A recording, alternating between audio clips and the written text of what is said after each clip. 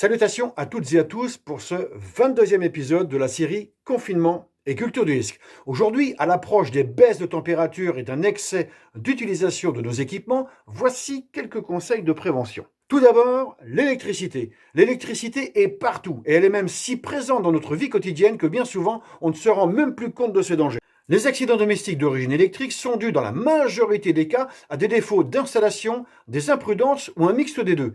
Les conséquences peuvent aller d'un simple coup de jus à l'électrocution en passant par l'incendie.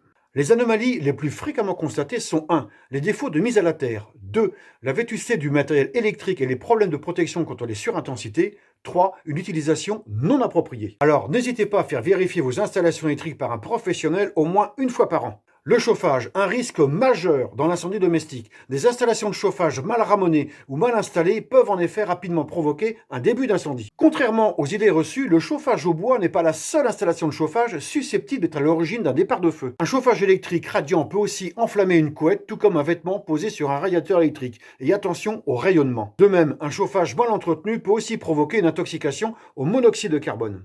Au début de l'hiver, il est donc fortement recommandé là aussi de faire appel à un professionnel pour l'entretien de la chaudière. Les cheminées, avec une cheminée ouverte, se méfiez des projections de braise qui peuvent toucher les personnes ou les tissus qui sont à proximité et munissez-vous d'un pare-feu. Pour les cheminées à insert, manipulez avec précaution la porte de l'insert. Elle peut être très chaude et éloignez les enfants pour qu'ils ne se brûlent pas. Évitez les combustibles qui encrassent la cheminée. Les bois résineux ou mouillés produisent beaucoup de résidus qui se fixent dans les conduits et peuvent prendre feu. Ne pas jeter dans la cheminée des matières plastiques qui dégagent des fumées toxiques dans le foyer, ni même de s'en servir comme poubelle. Les conduits d'évacuation des cheminées ouvertes ou équipées d'un insert doivent être ramonés une fois par an de façon mécanique, c'est-à-dire avec un hérisson, car en effet, le ramonage par aspiration ou par produit chimique est insuffisant. La VMC ou ventilation mécanique contrôlée. Son non-entretien peut avoir des conséquences négatives sur votre habitat. Au-delà d'un air vicié, il existe un réel risque d'incendie. En effet, l'accumulation de poussière nuit à son efficacité et cela provoque un phénomène de frottement, donc d'échauffement, au niveau de la roue du ventilateur du groupe d'extraction. L'entretien de la VMC passe par un nettoyage de tous les éléments accessibles de l'installation de façon régulière. Et tous les 3 ans, n'hésitez pas à confier l'entretien de votre VMC à un professionnel qui procédera à un nettoyage complet et vérifiera le bon fonctionnement de tous les éléments.